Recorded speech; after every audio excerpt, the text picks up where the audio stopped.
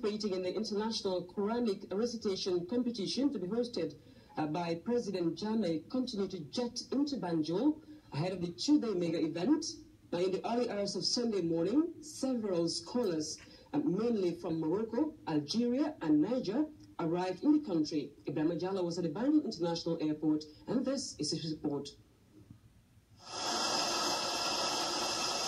On Sunday, at exactly 3:52 a.m. local time, the Royal Air Maroc touched down at the Banjul International Airport with several participants of the Gambia's first ever international Quranic competition on board.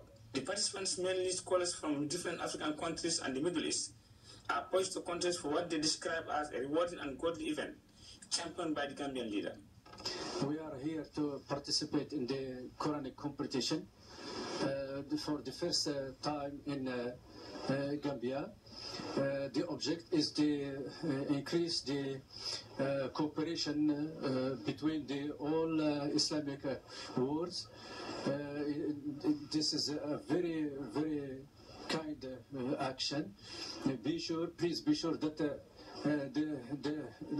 everywhere which Quran is recited, never be sure that never see or no catastrophe or difficulty, because the Quran is something to save, to increase the peace and the country. The competition starting on Monday is already building momentum, as scores of participants have made it to Banjul a couple of days back, including the renowned Indian Islamic scholar Dr. Zakir Naik. Among the delegates received on Sunday is an African-American, Professor Leonardo Jeffries. Professor Jeffries, who is based in New York, is a leading advocate of African freedom and identity, with vast knowledge and experience in Africa, after embarking on years of research programs on the continent. I want to thank the Gambian Islamic Republic of the Gambia for hosting this international symposium and on slavery and the slave trade and the slave trade system, colonialism, racism, and globalism.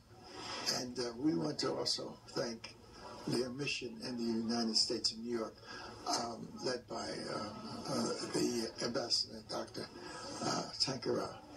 And we've had a great deal of assistance from them, so we were very happy to be here. I will be one of those people making a presentation on the topics. And one of my interests for my academic year, meaning career, has been the impact of slavery and the slave system on African peoples. Speaking to GRTS, the renowned professors deplored what he called super-exploitation of Africa and its resources by white colonialists. He further praised President Jammeh for a rapid development in the country, in contrast to the state of the country in the 60s. Movement of African peoples out of Africa, involvement and what was happening with the enslavement process, and then how did people recover to restore themselves and develop their families and traditions. So it's a very Pan-Africanist story because it affects so many of our peoples all over the world, and it produced the emergence of the New World, meaning North America, the U.S. colonies, Central America, and certainly the Caribbean, and the largest nation in South America is Brazil. And so we have a chance now to look at that history. What did it mean? How did the Europeans profit from the super exploitation of Africans? And the question that we want to raise is the question of reparations. Now, that's a twofold question. Reparations is what is owed us for the unjust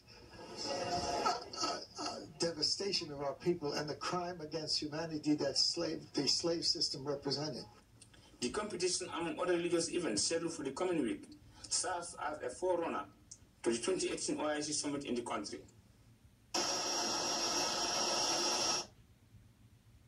Now, renowned Islamic scholar and orator in comparative knowledge, Dr. Zakir Naik, has thanked President Jammeh for his role in propagating Islam, as well as dedicating his wealth and energy to build the biggest mosque ever in the country, capable of catering for over 6,000 worshippers. According to the Religious Affairs Minister, Dr. Abubakar Senghor, who accompanied Dr. Zakir Naik in the company of other government ministries at the holy site, the mosque is built along the sacred shores of the historic settlement of Gunjur and is named after His Excellency, Sheikh Professor Dr. Alhaji Yahya A. J.J. Jammeh Babili Mansur. Here's an excerpt. December last year, mashallah, and I was very happy to get the news that Gambia is one of the few Islamic Republic countries in the world. There are hardly few, hardly 5, 6.